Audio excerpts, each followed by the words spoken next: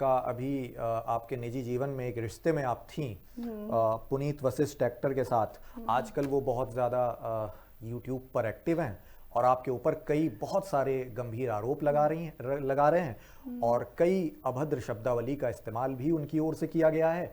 और अब उनका दावा है कि वो एक प्रेस कॉन्फ्रेंस दिल्ली में करेंगे और बहुत कुछ एक्सपोज कर देंगे नाजिया इलाही खान को। कैसे देखती हैं आप इन सब आरोपों को? Go ahead. Everyone have their own legal right. अगर कोई प्रेस कॉन्फ्रेंस करना चाहता है तो क्या मैं उसको मना करूंगी? क्या मीडिया वालों को मना करूंगी? क्यों जाओगे? Who I am? आपने भी लगभग 1 करोड़ का कुछ मानहानि का बीच में हाँ बिल्कुल।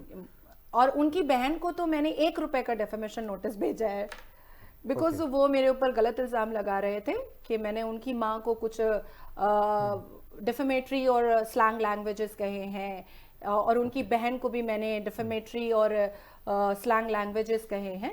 तो ऐसा कभी हुआ ही नहीं है। एक बार 15 मिनट कोई मिलता है तो कोई गाली दे करके थोड़े ही आता है। तो उनकी बहन का कोई रिप्लाई नहीं आया है, उनकी माँ का भी कोई रिप्लाई नहीं आया और इनका भी कोई लीगल नोटिस का लीगल रिप्लाई नहीं आया है। And he is trying to become a very good YouTuber और नाजिया हैशटैग लगाओ तो सड़ा गला यूट्यूब चैनल भी चलने लगता है, तो बहुत अच्छी बात है। ही इज अर्निंग समथिंग और व्यस्त है यूट्यूब में अपनी बातों को रखने में। मुझे तो अच्छा लग रहा है। I don't mind. आप कानूनी जवाब देने की बात करती हैं तो इस तरह के तमाम जो आरोप लग रहे हैं तो इस पर आपने कोई लीगल तैयारी की है? आप क्या कोई कानूनी जवाब देना की तैयारी में है भविष्य में? Basically, Priyank ji, I don't have time. I don't have time, and as well, I don't want to invest my precious time for no reason. हाँ, मैंने क्योंकि ये बार बार कह रहे थे कि मैं अपनी सभ्यता नहीं भूल सकती। वो बार बार कह रहे थे कि नाजिया बंगाल से भागी हुई है, पश्चिम बंगाल से भागी हुई है। मेरे पर्स में बोर्डिंग पास है। मैं आज भी 3 बजे तक बंगाल में थी दोपहर के। कल रात को मैंने इंडिगो की फ्लाइट ली है और आज 3 बजे तक मैं बंगाल में थी। इसी वजह से मुझे आने में लेट हुआ। बंगाल का नाम लिया तो उस तथ्य का मैं जिक्र नहीं करना चाह रहा था, लेकिन एक आरोप उन्होंने ये भी लगाया कि नाजिया इलाही खान बांग्लादेश की एजेंट हैं। तो ये बार बार कह रहे थे कि मैं वेस्ट बंगाल से भागी हुई हूँ। जैसे ही मैं बंगाल एयरपोर्ट पर पहुंचूंगी साइबर सेल मुझे अरेस्ट कर लेगा। तो पहला कि मैंने Kolkata Girish park police station में ही इनके और इनके जिगरी दोस्त संदीप अग्रवाल, जिसके पीछे पुलिस स्निफर डॉग लेकर के जाती थी, जिसकी बीवी कोकीन और ड्रग्स के मामले में अमृता स्वीटी उसका नाम है, वो अरेस्ट हुई थी। तो ये इन लोगों ने ये सब कहा। तो मैंने इन दोनों के खिलाफ में कोलकाता में ग्रीश पार्क पुलिस स्टेशन में ही मैंने एफआईआर करवा दिया है कि भाई मैं बंगाल से भागी हुई हूं।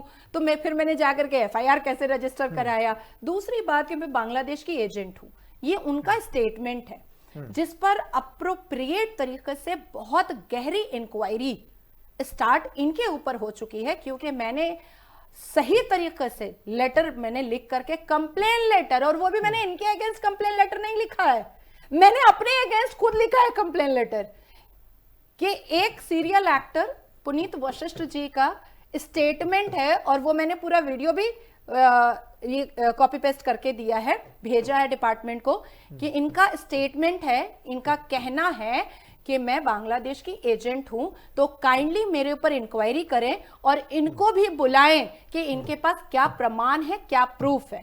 साथ में मैंने इनके हैबिचुअल फेक नैरेटिव का मैंने बहुत सारा जो एक एनेक्सर्स है वो भी दिया है, क्योंकि दिशा सालियान का जब ब्रूटल और मिस्टीरियस मर्डर हुआ था तब भी इन्होंने सोशल मीडिया पर, अपने खुद के सोशल मीडिया पर दिशा सालियान को प्रेग्नेंट बताया था, सूरज पंचोली का बच्चा बताया था।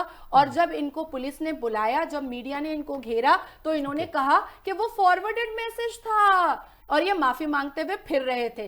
तो ये जो बांग्लादेशी एजेंट का इन्होंने स्टेटमेंट दिया है इसमें, और जो मैंने Kolkata Girish park police station में पुनीत वशिष्ठ और संदीप अग्रवाल के खिलाफ जो मैंने केस किया है, ये 2 ही मामले इनकी रस्सी को टाइट करने के लिए इनफ होंगे। मेरे माँ बाप की परवरिश बहुत अच्छी है, मैं डेफेमेटरी या स्लैंग या वल्गर लैंग्वेजेस का इस्तेमाल नहीं करूंगी। ठीक है, बहुत शुक्रिया नाजिया जी।